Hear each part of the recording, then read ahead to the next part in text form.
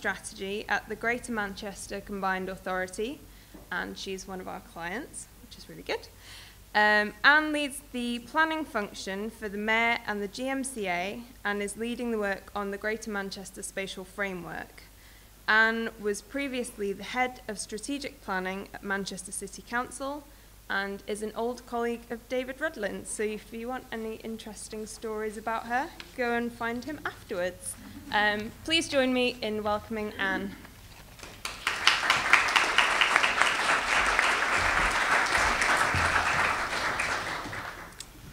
Thank you, Vicky. I feel David will struggle to come up with some interesting stories, but you can try. I'm delighted to be here tonight. I'm particularly excited that I'm part of chairing a panel of all women. I've never been on a platform where I've had more than one other woman with me, so that's quite exciting. And I think it will give us a slightly different view of some of the issues that we're talking about today.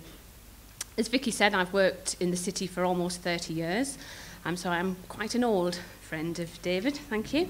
And in that time, the one constant through my working life and through living in the city has been that the city is constantly changing. We know that that's a key factor in cities. They are dynamic, they change, that's what makes them exciting. New people are coming in, new ideas are coming in, and that is what gives them sort of their USP. Some of that can also be quite threatening and challenging for people, and people don't often like change. So the work I'm doing on the spatial framework, which is for the whole of Greater Manchester, so not just the city, but for the 10 authorities.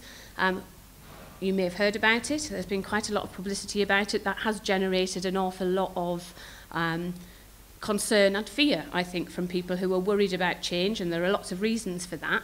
But I think what we're looking at tonight is how do we actually harness the value, the excitement of that change, but also keep the things that are important, and how do we actually embrace the diversity that cities have to actually make that change work for everyone. And as we have got an all-female panel tonight, I feel we do need to bring Jane Jacobs into this, and I think her quote does probably sum up what it is we'll be starting to talk about tonight, which is cities have the capability of providing something for everybody only because and only when they are created by everybody. And I think that's what we're here to talk about tonight. So our first speaker is Danny Kerr. Danny's an architect and a teacher at the University of Sheffield. She's also a RIBA role model, and she'll be talking, I think, tonight about her work and the need to champion diversity and inclusivity within the architect profession, but because they help to create the places that we all live in. Thank you, Danny.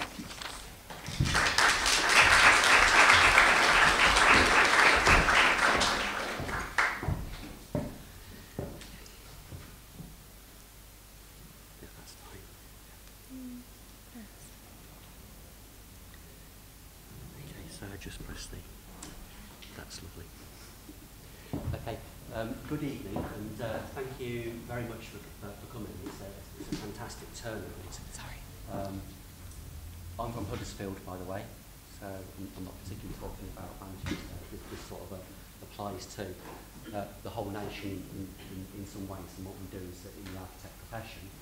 I do have a strong connection to Manchester. I've spent a couple of decades knocking around in the village, just along the way. And I've also worked in Manchester as well, so I used to work at BDP, just down the road as well. But I've actually spent the last 6 years working as a sole practitioner. So I'm not just an architect, I've done a lot of other things as well. So in some ways I'm sort of an erstwhile artist, erstwhile guitar maker, dreamer, maker. Things like that, okay? But actually what I'm going to be talking about here in terms of creating, it's about how we can create opportunities for ourselves as designers, and looking for those ways of corrupting the system so we can wheedle our way in. As a sole practitioner, I started to enter a few architecture competitions, and it's actually quite tricky, because you're not big enough, you're not successful enough, nobody knows who you are, you don't really know what the rules are, and all that sort of thing. So, oh, it's not working. Which button do I need to press?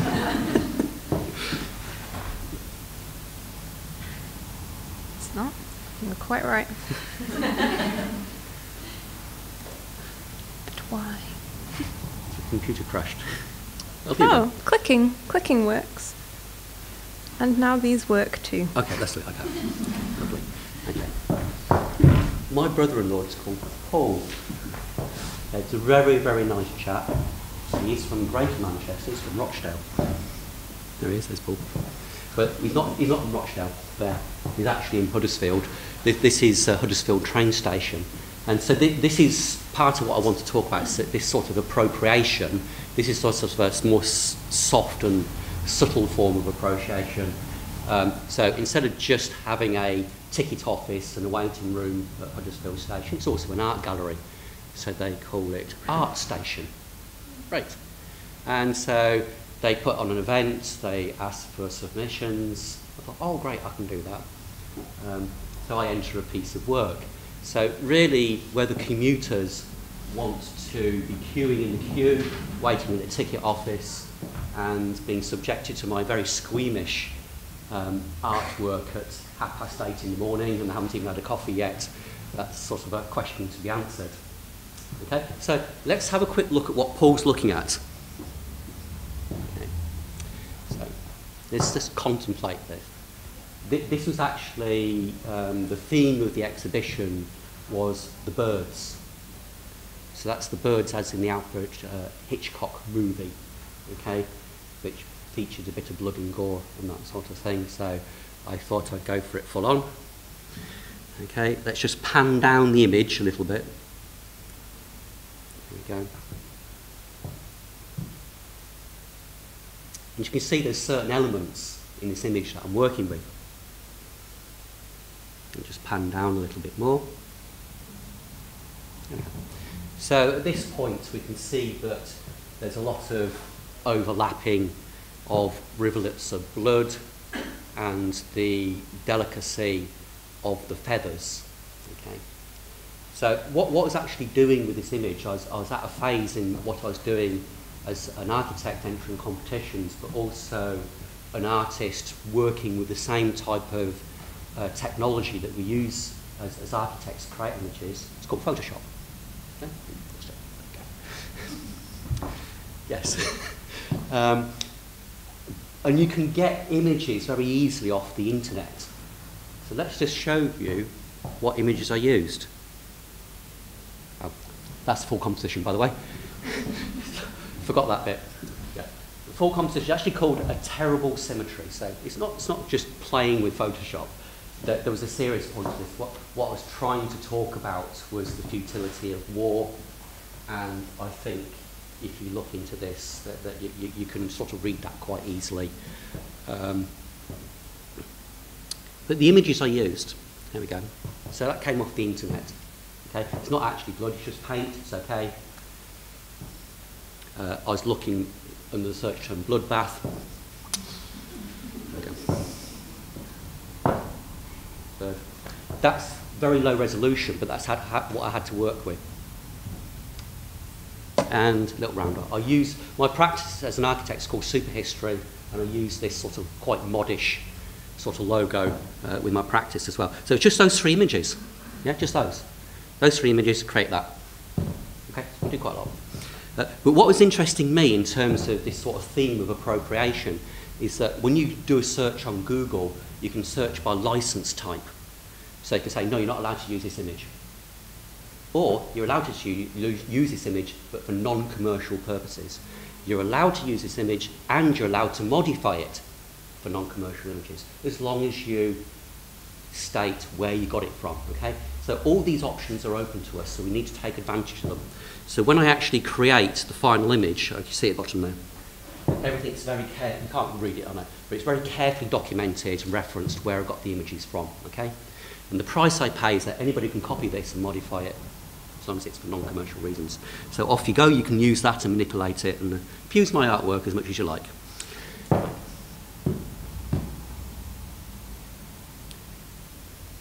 This is true. I found on my hard drive, I'd labelled one of my folders Nazi, and it sort of disturbed me quite a lot. Why had I done that? So I had a look what's inside. So bear with me, I'm just going to show you what's inside this folder. Okay. What I'm stepping you through here is this is the brief for an architecture competition. Cool. I hope we're excited by it. Gordon Bennett. We're only on page 3. Okay. Well, what's this? Competition launch deadline, blah, blah, blah, blah, blah. Freedom of Information Act, blah, blah, blah, blah, blah, blah, blah. Okay.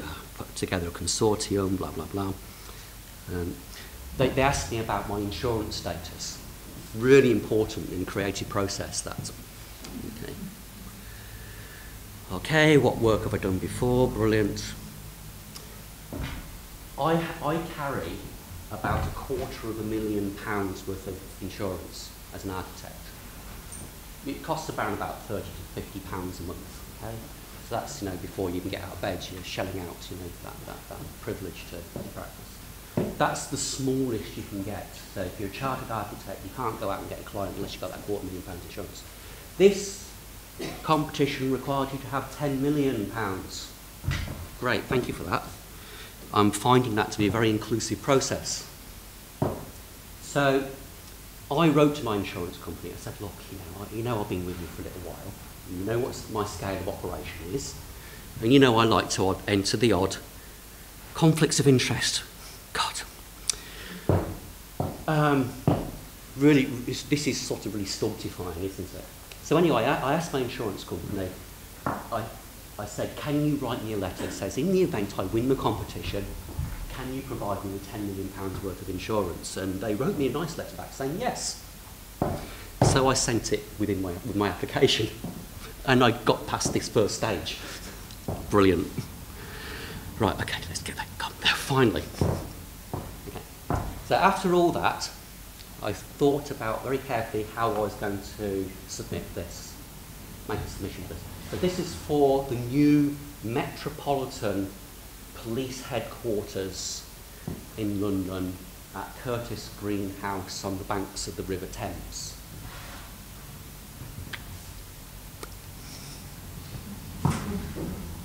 Photoshop. Yes, Boris was in charge at the time. There's Helen Mirren. There is actually some real architecture in this, believe it or not. You can actually compare this image with the winning entry. It shares some qualities. It actually does. So this is Curtis Green House, that's River Thames is out here. And the winning competition puts a glass screen in front of Curtis House. But there's real architectural thinking. What you're thinking is, during the daytime, you have this nice glass screen, which is a nice lobby, and you have a nice plinth in front of it, and the reporters can stand in front of it and say, we're reporting from Curtis Green today, and you can see people going in and out. And that's the architectural narrative that you attach to it. And at night time, yeah, reality is, yeah, great. So I like to enter competitions at this stage, so I know I can hang my art on the gallery wall. I know I can get really angry about the process. And I thought, what do I want to do as an artist? What I really want to do is get my work exhibited. And we've got some artists here. It's really hard actually to get your work exhibited. It's not that easy, okay? But actually, it's really hard to win architectural competitions. I thought, what they actually do is some architectural competitions, they exhibit your work, even if it's rubbish. So I thought, what I'm going to do, I'm going to enter a piece of artwork and they'll exhibit it. Okay, anyway. So I hope you've been digesting all this. This is part of the next bit. This is about London. I get frustrated with London. I want to sink it beneath the lake. So anyway, here we go. I'm just going to step you bit by bit of the whole panel, just so you can absorb it. Eric Pickles is quite important at one time. Do you remember Eric Pickles? Okay, so I imagine what he'd do in London. So, ripping buildings up by their roots, maybe. So what we're going to do, each pair of images goes across the image, and then it steps down, it scans down. And what we're doing, we're sinking into the landscape, we're sinking into the lake. Okay, so here we're floating in the air, and it's warfare. Okay, so this is like this idea of policy being generated somewhere else, and how it affects us in other parts of the country. So this is a possibility of there's this whole idea of nuclear waste being stored under the mountains of Cumbria at this time. But also there's the Scottish independence debate going on, and I just imagined like an England that was part of a Great Britain governed from Edinburgh rather than London, and they might have the bottom bit of the country. Okay. A landscape of Vauxhall. This actual competition was for Vauxhall Borough, and they wanted to redevelop the South Bank to fit in with the new American embassy. I don't think this is what they had in mind. Okay. It's sort of what's going on in my mind. Yes, okay. And so we sink beneath the lake. There's Boris. Hi.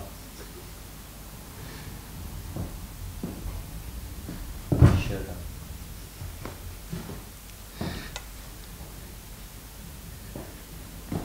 When I used to go to school, when I stood at the bus stop, there was this guy on the other side of the road had a Vauxhall Viva, and he could never get it going. Every morning. It's stuck. Okay. So this is quite an intense set of work, and I'd love to talk about it at length. You can see I don't really believe in these things like passive house. These little badges that we stick onto fridges that we throw into the water and they sink to the bottom in due course. So there we go. Here's the fall image.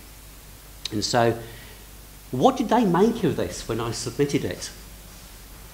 Let's have a look. There we go. There it is, in one of the bridges at Vauxhall, the Vauxhall Arches. And this is by far the best arch. Over there, my sister. Love you, sis. And there it is. Exhibited with all these wonderful pieces of landscape architecture. I think one of these was the winner. Okay, mission accomplished. Okay. Okay, so thank you very much.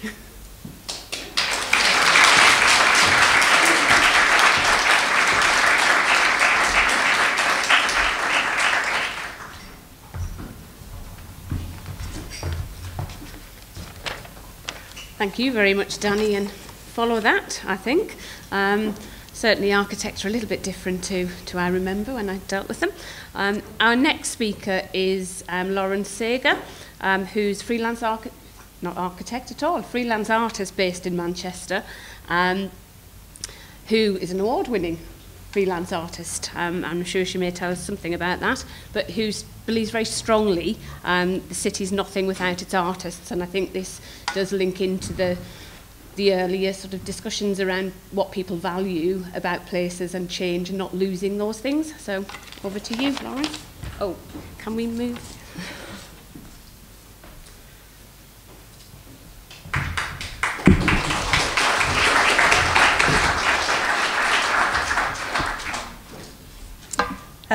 I wasn't going to say anything about the award-winning bit, but you can Google it and you'll find all of that online. Thank you very much, and thanks for inviting me. Feel very privileged to be here. Thanks for coming.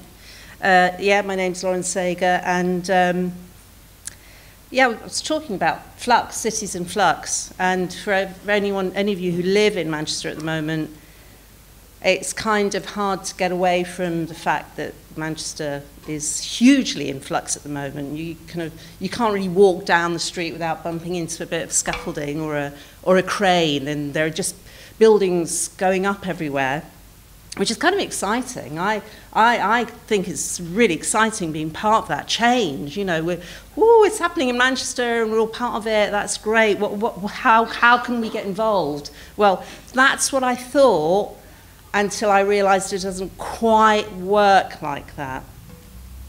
I've been working as a visual artist in Manchester for about 20 years. And during that time, until very recently, my studios have always been either within the centre or very close to the centre.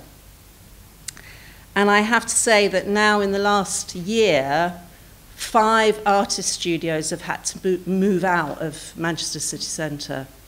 Some of them very big. My studio group is called Rogue, and we used to be in a mill behind Piccadilly Station, which at time was there. I think it was there for about 15 years. At times housed about 120 artists.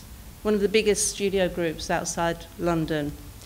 So that's a lot of artists we're talking about who have had to move out of the city centre because of this amazing flux and development of land and buildings in Manchester.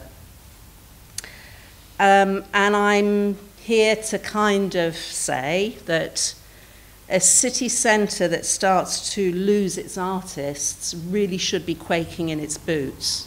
This is a very serious step to take. It's potentially going to become a very grey place indeed. That's my premise, as it were.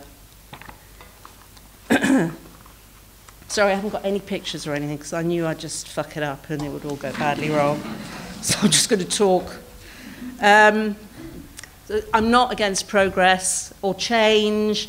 I'm not against the city enjoying a lot of wealth. I think that's great. All of that is fantastic. But for me, what it's about is who and what gets neglected and ignored within that flux, because all of those people that do get ignored, that kind of takes the city into a much poorer place. So I think it's about how we manage that neglect of all of these different people. And I suppose I'm here to say to you that artists are one of those groups that are easily neglected within that flux. So it's not about making sure that there's all this flux, so we have to commission artists to come in from New York and do great statues or murals or, you know, build amazing buildings that house art galleries, and I'm not against any of that, but that's not really what I'm talking about. What I'm talking about is about how artists need to be occupying the city. Artists need to be in the city, working, free to roam, and doing their own thing. That's how artists feed the city and how the city feeds artists. And once we're moved out of that, we can't do that anymore. So there may be artists here tonight, but you who aren't artists may not see us kind of scurrying around, kind of being very proactive in our work on a day-to-day basis within the city. You may not see that, but it's happening right under your noses all the time, and it's a huge, important part of the vibrancy of the city, which we are now losing. Luckily, though, there is a very good side to this. We're a very feisty lot, and we're also very, very resilient. And we're responding to this new phase, which of course isn't the first time that artists have been pushed out of areas. We're responding to it this challenge in the way that we know how, because we're creative. We're being very creative about this challenge, so that's good. And there are some fantastic artist-led projects going on in Manchester at the moment, which is kind of addressing that a little bit. One of them is called Paradise Works, which has moved down the road over the border in Salford. Started up by 2 artists called Hilary Jack and Lucy Harvey. So they're kind of managing to house some of these displaced artists. Islington Mill, which has been going for two decades now, has managed through their hard work, a lot of it unpaid, to have a lot of agency in the city, and they're now starting to expand their buildings and also to bring in a lot of artists. Rogue, where I work, is opening its doors to a lot of the community in Openshaw and providing really, really exciting projects for people to share with us. So there's loads going on and we don't stop. But it all takes quite a lot of hard graft, and luckily we as artists know how to work very hard. Often artists have got 2 or 3 jobs. We do a lot of the work we do for no money. I've been doing this, as I say, for 20 years, and I'm always so impressed by my peers and their ability to get struck down and get up again because of the passion they have about their work and wanting to provide art for communities. And I'm always very impressed by their bravery and by their strength. My personal response to this flux is about amplifying our voice as artists in order to compete with the rest of the people who are saying, I want a bit of the city improvements, I want to be there and join in, by taking to the road and sharing our stories, by making ourselves as artists indispensable to everybody. Say, you can see the artwork and you're enjoying the artwork or the theatre or the music, but actually what you don't see is the artist who's making all of that, and without the artist there isn't any of that. So take care of your artists, because otherwise you're going to lose them, and suddenly it'll be a grey place and you'll wonder what's happened. Not you personally, of course, this is the royal you. So yeah, I want to really shout about us. I don't want any more to let our art speak for us and then hide behind it and so that people can forget about us. I want to go, yeah, well, this is what we do, look at what we do, and chat to people and share stories. So the project I'm doing is called the March of the Artists, and I started to plan it over a year ago when Rogue realised we had to find a new residence and we were looking everywhere to go.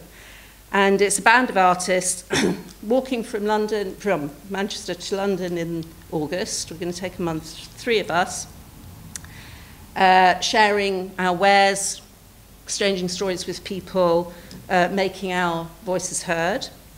So that's going to be fun, 30 days walking. We're going to walk along the route in the beginning, following the footsteps of the March of the Blanketeers. I don't know if anybody's here has heard about the Blanketeers. It's 200 years ago. Sorry about this. And this is what's inspired us. So 200 years ago, in 1817, 5,000 Lancashire cotton workers got together in Petersfield, which is down the road, to send off 300 men that were going to walk to London with a blanket on their shoulders, which kind of identified them as textile workers to other people along the way so they could make friends, and to sleep under at night, and a petition strapped to their arm for the Prince Regent to say, look what's happening to us. We're poverty-stricken. Look at our hardship, the hardship we're going through. Just, you know, you need to do something. Self-walking, and unfortunately, only few of them got to Macclesfield. The cavalry came out. They were in Petersfield and they read the Riot Act. I don't know if anybody's read the Riot Act, but it's really interesting to look online. You can actually see the Riot Act. They read the Riot Act. By Stockport, one man had got killed. So many of the people got arrested, they couldn't even fit them in prisons. After Macclesfield, only one person reached London called Abel Caldwell. And I can't really find out what he did when he got there, actually. He might have just not found the Prince Regent and had to walk back, because I don't know whether he actually met him or not. I'm really sorry. The Blanketeers were part of a huge movement and different events that led to Peterloo 2 years ago, and ultimately changed the way our parliament is structured. And thank you very much. And we actually benefit from that change now. So thanks, Peterloo, thanks, Blanketeers. So we're inspired by that story, and we've decided we also want to go, hang on a minute, everybody, we're not going to have a petition strapped to our arm, but we're going to start a debate and say, why does it matter that we have artists? Why should we look after and take care of our artists? Because what's going to happen if we're not there? And we're going to continue this debate along the route that the Blanketeers took to Ashbourne, and then we have to walk a little funny way to Derby, because that's where we're going to meet up with the waterways, and we're going to walk the rest of the way along the canal system to London, and we're going to do photography sessions, and we're going to do drawing sessions and impromptu art conversations along the route, and stay in people's houses and maybe do a performance in somebody's living room. We've got lots of things planned. So that's my sort of response to this flux that's going on in the city at the moment. It's just one of many. And it just interested me that 200 years ago, the city also was in a massive flux, and private cartographers were being paid to draw maps of Manchester with buildings that existed, and then roads with names on them, but no buildings on those roads, as a PR, as a kind of PR stunt in order to show developers where the land was and to market the land for them to buy, to develop on. And it just strikes me that there are these two unseen communities, 200 years apart, each of us amplifying our voices so that we're not forgotten. So anyway, however feisty and hardworking we are, we definitely need support, and we have to find new ways of shaking things up, shifting our views, helping to transform our environment. We need to allow artists to roam the city streets and to thrive. And hang on a second. Thank you. Because in the end, the city and its people are going to benefit from that. So I don't know the answer. Got a few ideas, but I don't know the answer. I just wanted to put it out there in case anybody hadn't realised what was going on. And maybe someone here will have a great suggestion, but I just wanted to get the ball rolling to find out where we could go with this discussion and what could be done before we lose all the artists from the city centre. So that's me done. I hope I haven't taken longer than 10 minutes. It took 8.5 minutes when I practised at home, but I think I might have taken a bit longer. Thank you. Thank you very much.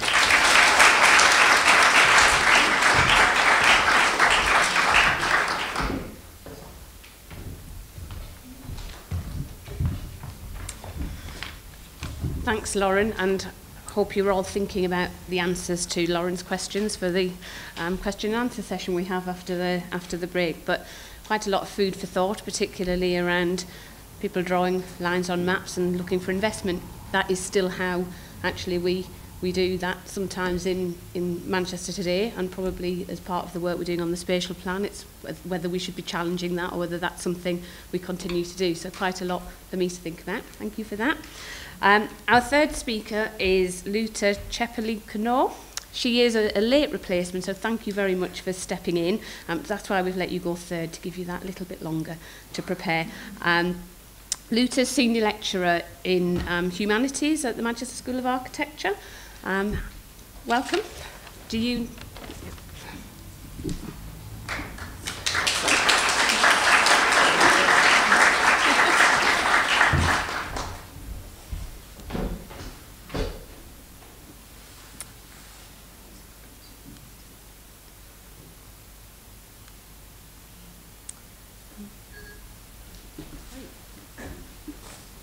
Perfect, thank you. Yeah, so besides being a senior lecturer at the School of Architecture, I'm by training a landscape architect and an art historian. So have slightly different background. And therefore, my interest and my research is about our public spaces and their relation to history and history in a quite broad sense. So I'm interested how political, social, architectural and art history affected and shaped our public spaces and how they represent the changes of different eras.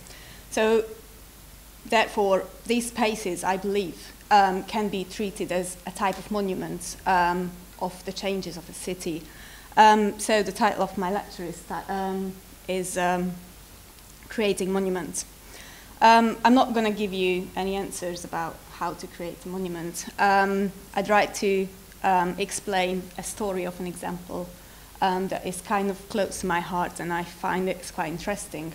And I like to have a few questions for you to consider in your own practices.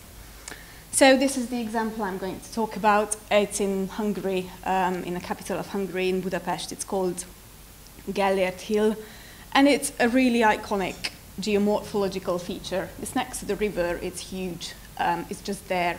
You cannot ignore it. And according to the legend, it earned its name from an Italian martyr bishop called Gellért, who played a major role in converting Hungary to Christianity. But he died when he was placed into a spiked barrel and rolled down the hill. So I'm going to start the story in the mid-19th century. The hill itself has a lot longer story, but for 10 minutes, there's going to be enough, I think. So we are in the mid-19th century.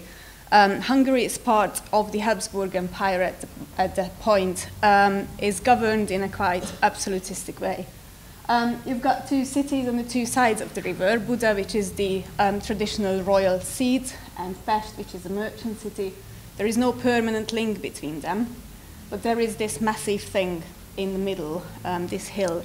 And there is a building on top of it, which is a quite sad memento for everyone who lives in the two cities. It was built after 1848, when the Hungarians led an unsuccessful revolution. So it was built to prevent any other revolutions, and it was dubbed by citizens as the Hungarian Bastille. But times has changed, and in 1867, the so-called Compromise Act was signed by the Emperor of the Habsburg monarchy, and it laid the foundation of the Austro-Hungarian Empire. So the country became a partner in this whole big empire. It gained an increasing importance due to its resources and large population compared to Austria. In 1873, they decided to merge the three former cities together and create a new European metropolis, Budapest, which is the capital today. So it's a great time for any urban design. New parliament is being built, new roads are being built, new public places being built, but you still have this thing in the middle of the city. So what to do with it? The original idea was to create a pantheon on top of it, to celebrate Hungarian history, Hungarian art, Hungarian culture, everything that needed to be celebrated in the new situation of the country. There were several competition entries. This one is quite interesting because, as opposed to the revivalist ideas and revivalist styles that was prevailing at the time, this was a new language. It wanted to create something that is specially and specifically Hungarian. A new style, a new formal solution that can represent the country. You even have the medieval crown on top of it in a large scale. And it aimed to use the mountain as part of the monuments, not just putting something on top of the monument. But great plans do not always happen, as we all know. So instead of demolishing the citadel and building something grandiose and new, they decided to defortificate it. So it was a money-saving solution type. So they created ruins from bits of it and kept other bits intact. But what they wanted to create with it had very strong links to Hungarian art. So at the time of the Habsburg absolutism before 1867, most of the Hungarian fortifications were ruined. They were ruined to avoid any new revolutions. So the ruins on top of Hungarian mountains became a symbol of the country in the Habsburg regime. And by creating a ruin on top of the iconic hill in the city center, they created this 3D monument and key example of Hungarian art. The emperor presented 10 statues to the Hungarian state to celebrate and honor the heroes of Hungarian history. One of them was the martyr Bishop Gellert. So obviously where to put his statue, put it on the hill named after him. So they placed the statue in the main axis of the city's new thoroughfare, in the main axis of the newly built bridge. So the hill itself, as they told, can become a memento to the great medieval Catholic Hungarian kingdom. But what to do with the mountain, the rest of the mountains? It's the end of the 19th century. It's time to create public parks. Most of the public parks in Budapest were created at this time. So they decided to create this park around the statue. And the design itself was in line with the latest scientific theories. So phytogeography just started to appear. The idea to use native plants in public parks was just started to appear. So the idea was to create this park by using native plants. And the designer decided to recreate the ideal Hungarian landscape by creating different levels in the park, which will recreate the different altitudes of the Carpathian Mountains. So in a way, it's similar to what the architect wanted to do. They wanted to create a Hungarian design language. They wanted to create a Hungarian landscape design language, creating something that truly represents a country which is newly developing, aiming for a metropolitan status in Europe. The First World War happened after that, which was quite sad for Hungary at the end. So the Treaty of Trianon, which closed the war, meant that the country lost 2/3 of its territory. So you can see old Hungary and the new Hungary in a minute. Just after the war, revolutionary activities happened, and the Hungarian Communist Party took over the power. They ruled for more than 4 hours, and this is the period that is called the Hungarian Soviet Republic. They nationalized every enterprise, everything valuable, including land, artworks, and residential houses. They created new social institutions, free schooling, and extended the voting rights, first ever including women. But they did lack a wide support, so after 4 months, the commune was swept away. But ideas remained. Just in 1919, so the same year when this whole thing happened, a new pamphlet was published which was titled The Social Role of Design in the New Society. The idea was to create places for everyone. It had a very clear social agenda, and the earliest examples were new playgrounds, proper playgrounds for kids from every layer of the society. If you want to make a statement, wherever else would you put your playground than to the iconic hill, to show that this is the new way how design should serve the society. So the Hungarian commune was swept away, as I mentioned, and a new counter-revolutionary government restored the Kingdom of Hungary. He was the head of it, the governor until the Second World War. The public park on the hill was extended further, and they were continuing to use the latest scientific results. They started to use ecological principles, using native plants which were fit the microclimatic situation of the hill, and they did these in the different areas of the hill. But we are in the 1930s. So the overarching game was to do a national botanical and alpine garden.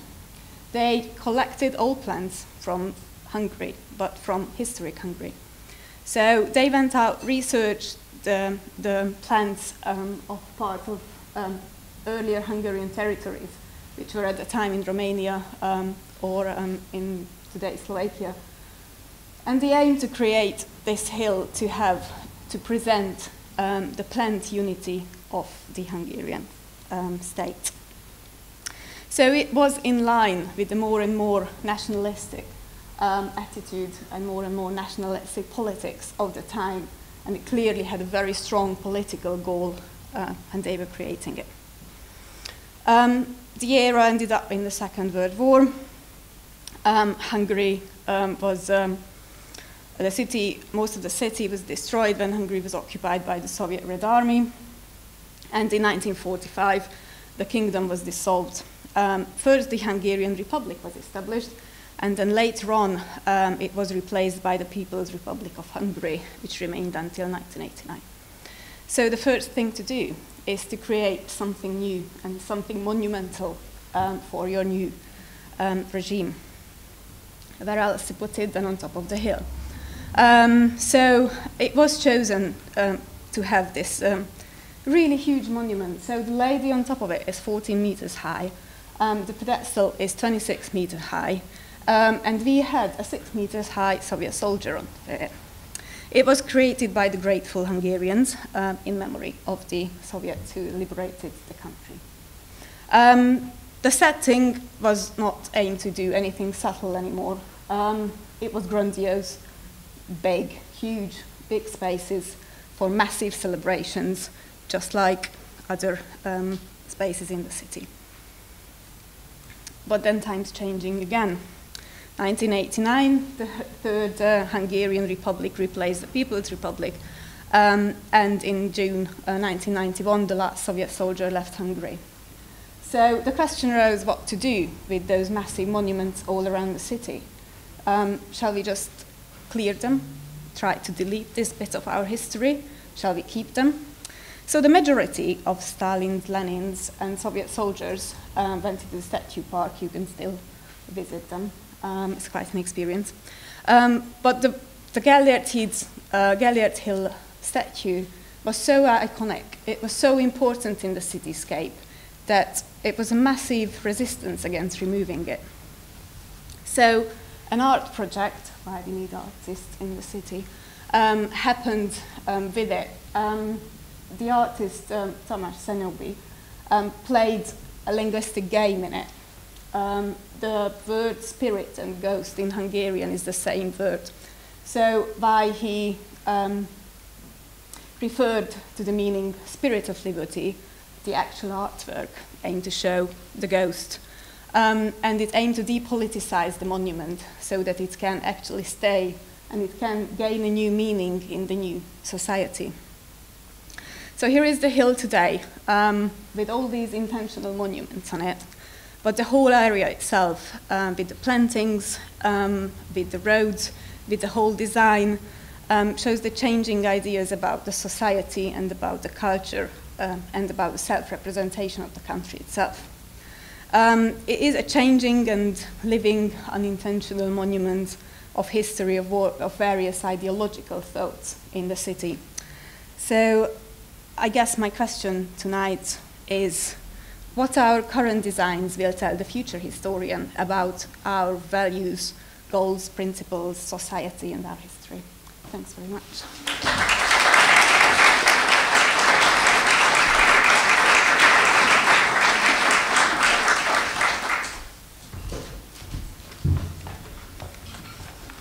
Thank you very much, Luta.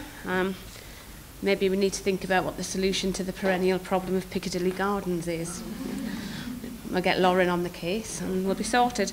Our final speaker tonight is Sanjay Sharma, who runs Safety for Sisters, which is a grassroots organisation based in Manchester supporting vulnerable migrant women. I think we've talked a lot about diversity.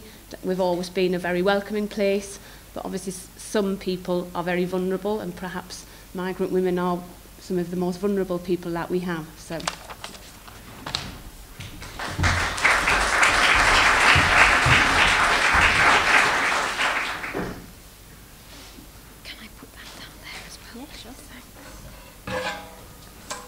Hi everybody, it's really, really good to be here, and I'm the last speaker, hooray, before you all go to the toilet and the bar. I can't promise to be quick, haven't timed it, but I think, Anne, I'm sorry, it might be 15 minutes, but you can stop me or wave your hand. I've got a lot to say. I'm not an artist, I'm not an architect, and I haven't really had much to do necessarily directly with those interconnected disciplines. But as an activist, I think we all encompass, I think we all have something to say about the lived space and how we occupy it, how we connect with it, how we interconnect with it. And so being someone who's lived in Manchester for a long time and set up many charities in Manchester, I have a real interest in what's happening, and Manchester is changing. And we're asking, really, I suppose, whether the new drive for that horrible word regeneration will include poorer community groups and their users. So as Anne said, we are a very, very small frontline feminist grassroots organisation supporting incredibly vulnerable women who have both insecure immigration status but also have experienced brutal gender-based violence. And I think it's very apt that we're asking about how sustainable we are as an organisation in the city centre, given the fragility of the women that we work with. We have moved as an organisation 3 times within what is now called, I think previously was called, but we were at the dodgy end of the Northern Quarter, not the cool end, over the last 1.5 years. And our ability to maintain and hold on to that city centre presence, given our pan-Greater Manchester remit, is looking doubtful. So we ask questions. How do migrant women and their organisations, fragile to the ramifications of the hostile environment in all its manifestations, fit into Manchester's recreation? How do all poorer community groups continue to have a centralised and legitimised existence in Manchester? And we argue that there is a creation discourse in Manchester, and we particularly use the example of the Northern Quarter, and we argue that this contains a creation myth that does little to encourage and sustain poorer communities in the city. And at this point, I think it's really important to talk about race in the city, that city centres, cities are hubs for BME communities.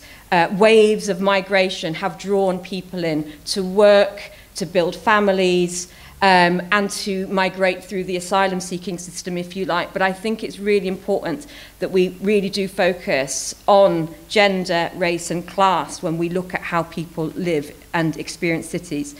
So the very exciting themes of 4x4, which are creations, destructions, resurrections, and dominations, as a small migrant women's organisation, I think we could speak to all of these, and you could say that migrants have been the heart of Manchester's rise to what people are predicting as a global icon.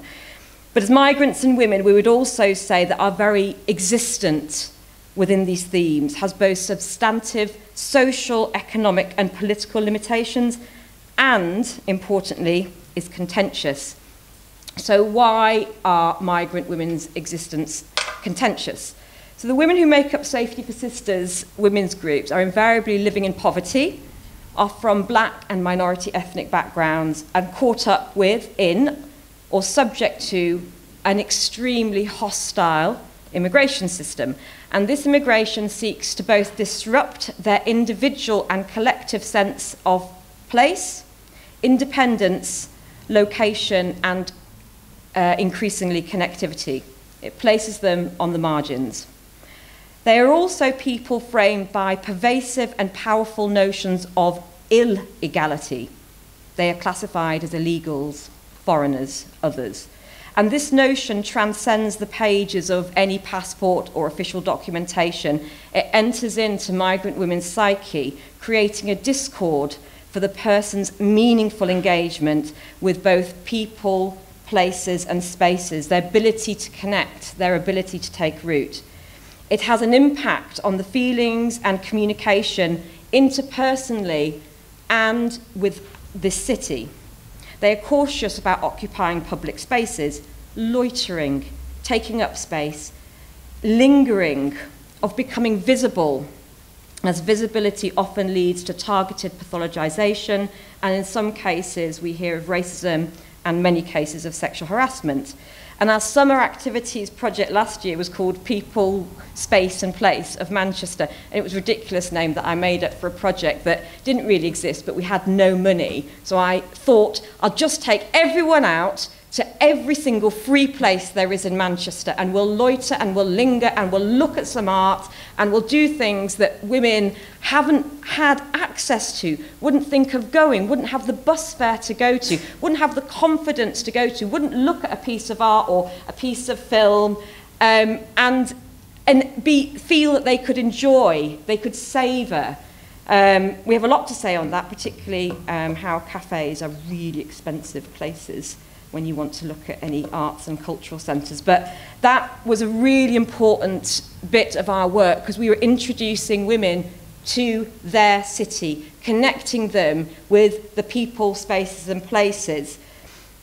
And I really do think that women are being cut off by the regeneration, by this newfound wealth from those spaces. And they are the democratic spaces of the city, and increasingly we're losing them. So located at the heart of the city, we kind of act as a litmus test for how well the city is looking after its poorest. We are central, as we have to be. We work with the women, incredibly vulnerable women, who rely on easily accessible public transport, and buses are cheaper, to move around. And we always pay women travel expenses. Some of the women we work with are destitute. That means they get nothing. A couple of women are living on £10 a week from charitable handouts. And the current Home Office rate for a single person per week is £36. So the women who make up our group are living in poverty, they are disenfranchised, they are detached. And as a detached community, our existence as an organisation centrally is essential.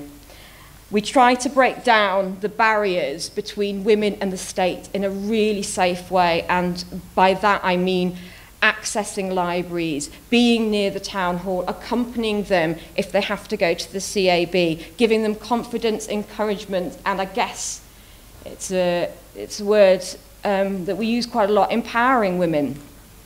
So their fragility is framed by two primary strands. As women within secure immigration, their existence, their access to services, finances, education, employment, family life, movement and choices are bordered by concepts of eligibility, whether inside the formal immigration control or for those outside who are largely undocumented. This, of course, leads to increasing chances of further exploitation, be it sexual or labour. So they're living either in a very controlling, Big Brother-esque immigration system, and outside of that, they are having to use a very informal system that is really precarious and really dangerous and is full of racism and sexism and all the others. So the second strand of their experience and their identities is as survivors of gender-based violence, and this creates transitional states. Leaving gender-based violence is often followed by a dangerous period of homelessness. And if you have no recourse to public funds, that means you cannot access state, refuge, accommodation, or get access to the public purse welfare benefits. So women are often sofa surfing, on the move around the city, across the city, and this is a state of great turmoil, confusion and disorder. Women in their children's lives are severely disrupted in the search for a life away from abuse. And given that leaving violence has implications on the immigration status, as many of the women are in the UK as dependent on perpetrators' visas, or have sought asylum in the UK as a result of violence in another country. This duality, this combination between immigration identity and their experience of violence is inextricable. So we have to be a central hub in Manchester, given that the women are dispersed here and there. We have to maintain that. Our location is therefore political and necessary, but it is our literal location, as with so many other groups, not just ours, and I've talked for lots of other groups, working with poorer and more vulnerable communities in Manchester, swept up in the midst of the austerity crisis, that are at risk. We question, when the great regeneration work is taking place around us, are we part of this? And we are preparing for eviction. And like some of the other speakers, there are many bits of the regeneration, there's many bits of investment that are fantastic for Manchester. This is not a polemic. I'm not saying this is bad and we shouldn't be doing this. What I am saying, and what I want to ask questions about is, are we part of this? Can we still remain part of this? So this temporality, this precariousness and uncertainty also feeds into the well-trodden path and discourse that migrant communities, particularly those from working class backgrounds, know only too well. Am I welcome? How long am I welcome? Am I part of this? And this is the experience of the experience of temporality, is the experience, the makeup of safety for sisters, and that's why we have to fight so hard to create a space in Manchester. So, creation stories, part 1. To talk about creation, a few things about Safety for Sisters. We were created from an amazing organisation called WAST, Women Asylum Seekers Together, because we were concerned about the specific alienating, isolating and discriminatory practices that migrant women facing gender-based violence were facing. We were concerned as an anti-racist and feminist human rights organisation that migrant women in the Northwest and across the rest of the UK were being failed by state and non-state actors. Their experience as women, as black women living in poverty, meant a heightened exposure to both institutional and daily forms of racism. And thus we started campaigning and providing direct services via our Migrant Women's Rights to Safety group. And our existence as a group reminds us of the wider struggles and challenges that women face. And our collective strength is channeled into making their presence visibilised safely. The Pan-Manchester experience of dispersal and displacements of migrant women requires an anchor organisation that can be fluid enough to work with women in transitional states across multiple borders and hold women throughout the most violent of circumstances. And we work hard to ensure that there is a safe, centralised space for women to come to, talk, support each other through the process. We act to connect women not only with each other but crucially with the city and the wider public domain. For surely as migrants to Manchester, this city is their home too. We support women to feel a sense of citizenship, if you like, and connectivity. And I have some slides to show how we do that. There we are, before we were kicked off, actually, but having a little protest saying, we're visible, we're here. It was against austerity, and we were outside the High Court. That is Rowetta. There you go. See, we have celebrities. That is us again, Piccadilly Gardens. And I love Piccadilly Gardens. I know it's a bit rubbish, but it is one of those democratic places where you can hang out. And when you hang out, you'll see loads of migrants hanging out as well in ways that you wouldn't necessarily do down Spinningfields or in any other area. And that's what I like about it. It's a bit shabby. Everyone's a bit, you know, bit round the edges, or what middle class people call edgy. But I like it because it's where we can go as a group en masse, have a demonstration. This was against the, this was the hunger strike. The Yarlswood women were on hunger strike. So there we are, doing our thing. And this is my favourite, occupying space, Formby Beach. We all went down. The looks on people's faces when 150 black and minority ethnic women came off the coaches onto Formby Beach was beholden. But we took up space. The kids are having fun. And you see migrants have got suitcases. It's just suitcases. So that's us, and it was a fantastic day. And I think one of the things, central things about our work is we work really hard to create that presence, because that presence is temporal, it's fragile, and you're the first one out. So we work really hard, not just to work directly with individualised women, but create a sense of collectivity. I love that photo. I was at the top of the hill. That was me at the top of the hill. It's great. But there is a creation myth knocking about.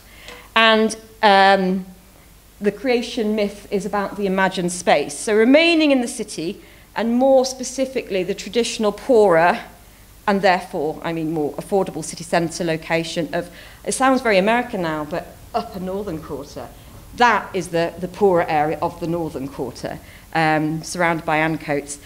Our location there is difficult, as there is a creation myth on the loose, and I'm using our experience as an organisation moving across 3 different sites in the northern quarter over the last 1.5 years due to the consequences, not solely, but mostly, of regeneration. So the myth goes something like this. Manchester is being regenerated.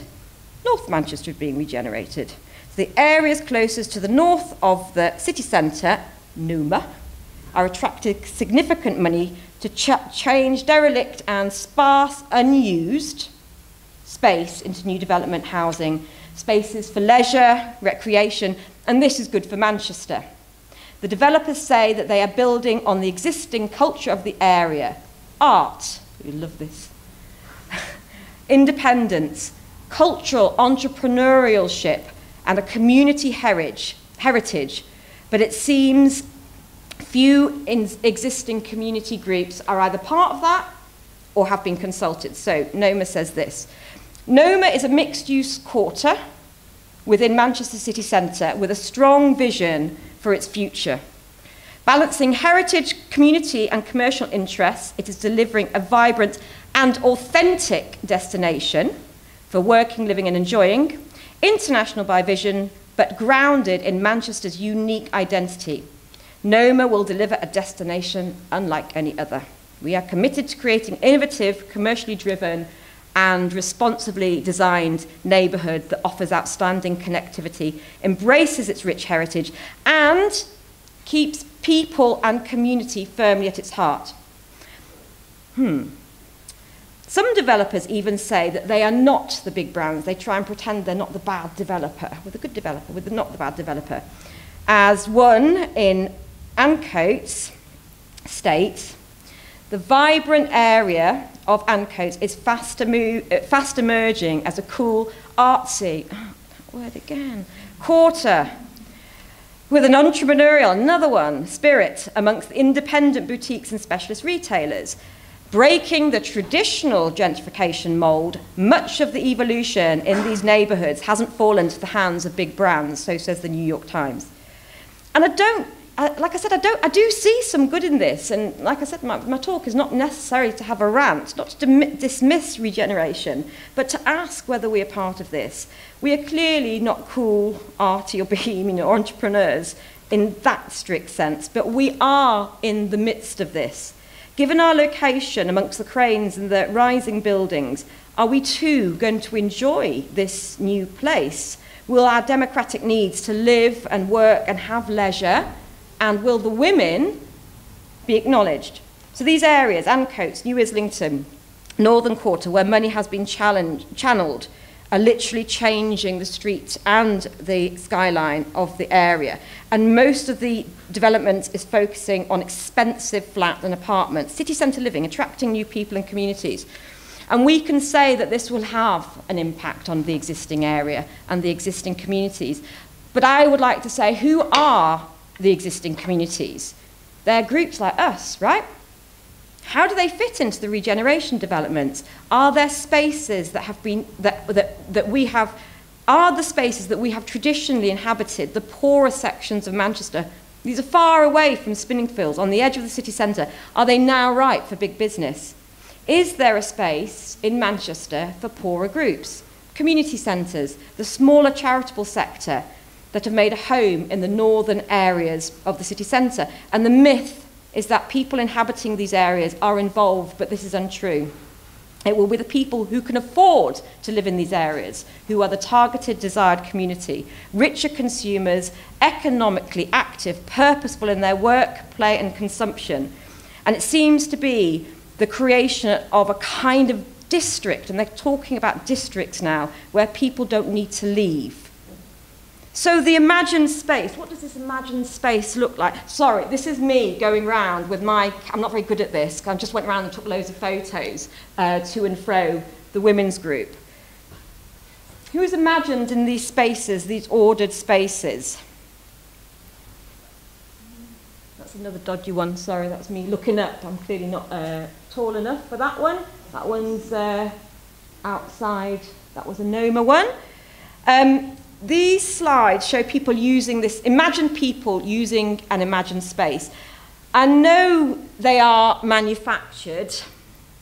And it's not simply to say, demonstrate there's an absolute distinct lack of representation of the black body, but it is an indication of what these spaces and people hoped to be, what they hope to be like.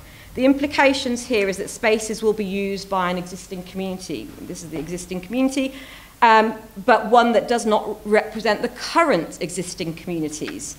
And the current existing communities around that area are smaller charities like us, the Booth Centre and Mustard Tree and various drug addiction centres. They also create a very exclusive identity where everything's in one place. You don't need to move around. The idea that gentrification was only taking up derelict, unused properties is also a myth.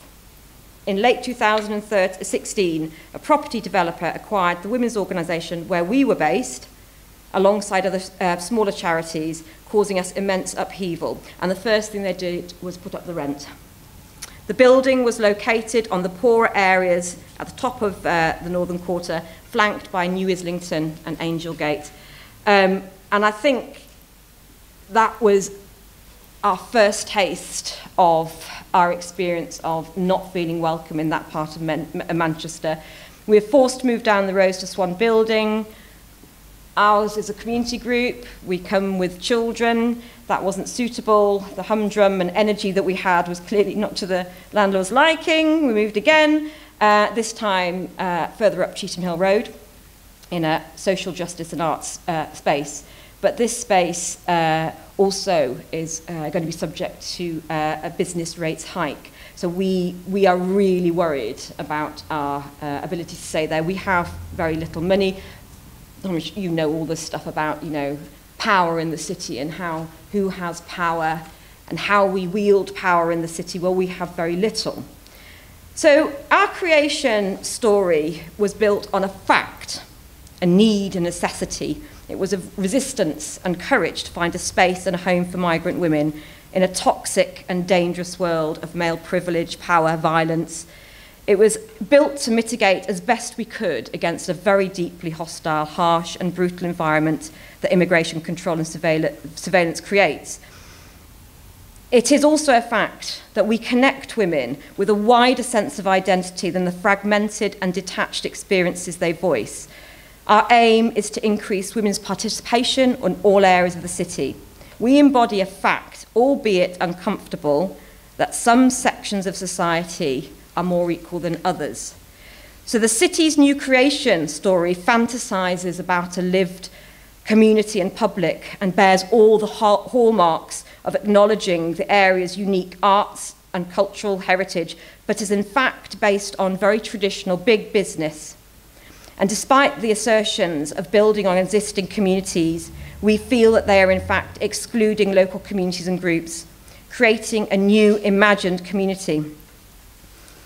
As one of the developers say, our aim is simple, to enrich people's lives, to provide an offering designed to bring quality, value and innovation to home buyers. With this approach in mind, sorry, I'm trying to do two things at once, it means bringing local communities together.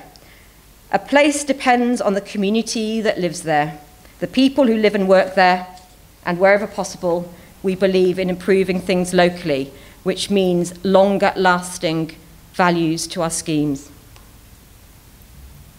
So, as the cranes move in and buildings are being demolished, areas reinvented, how long until our eviction? There is a new way of living in Manchester, they say, and in part some of this is not unwelcome. However, some communities have to struggle just to secure a way of living, a home and a connection in Manchester, as its public and as its citizens. The VIG developer has not built on this democratic desire to also be included. They have built on the idea of who they want to inhabit those places. They have peddled a myth that these are the only existing communities.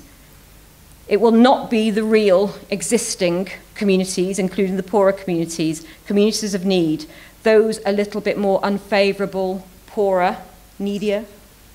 But we too need a central location. We too need to be in the centre to access services, support, space, shops, each other.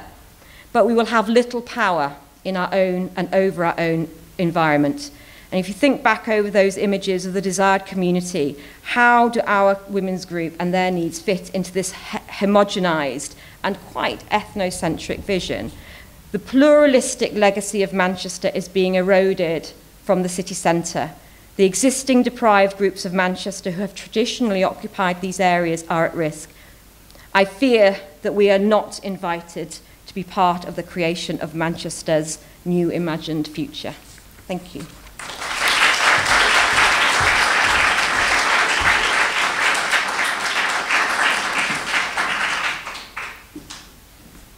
Okay, wasn't sure which of us was going to do that then. So, first time ever at 4x4, the comfort break is going to be trialled starting now. Come back at 7:20 if you would like to join us for the debate. Thank you.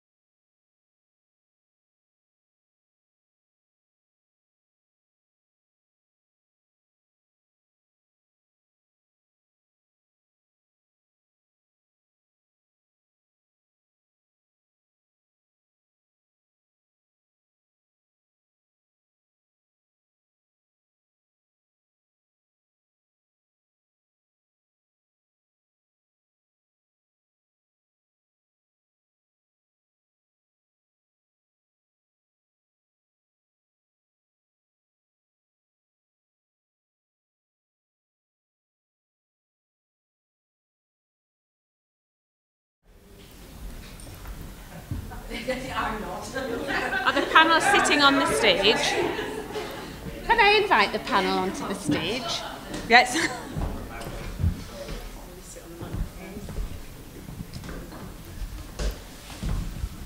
bringing my beer with me.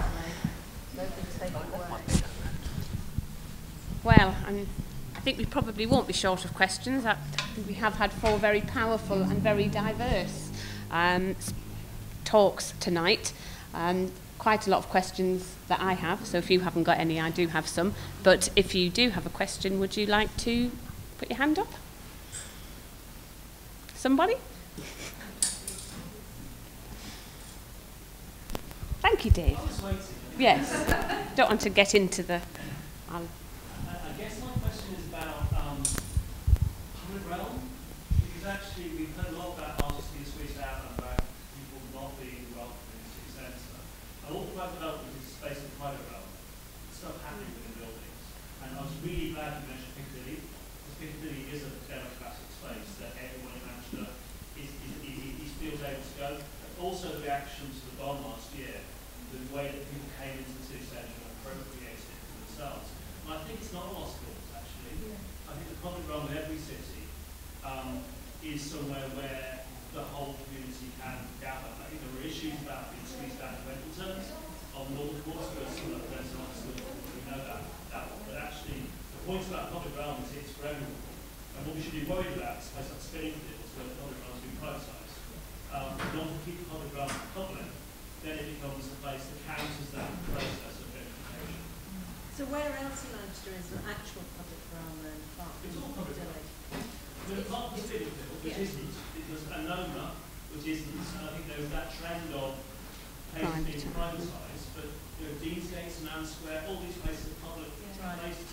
And I think that's what I was so incensed about with knowing there, or the areas around that, is that they report through careful wording about being a place for people, but it's a certain kind of people, whereas, and it's quite exclusionary. And I would see that, which is why I'm going to take all our women and we're just going to sit in Nona Square and occupy those spaces, because I think that's really important. A little bit of rebellion.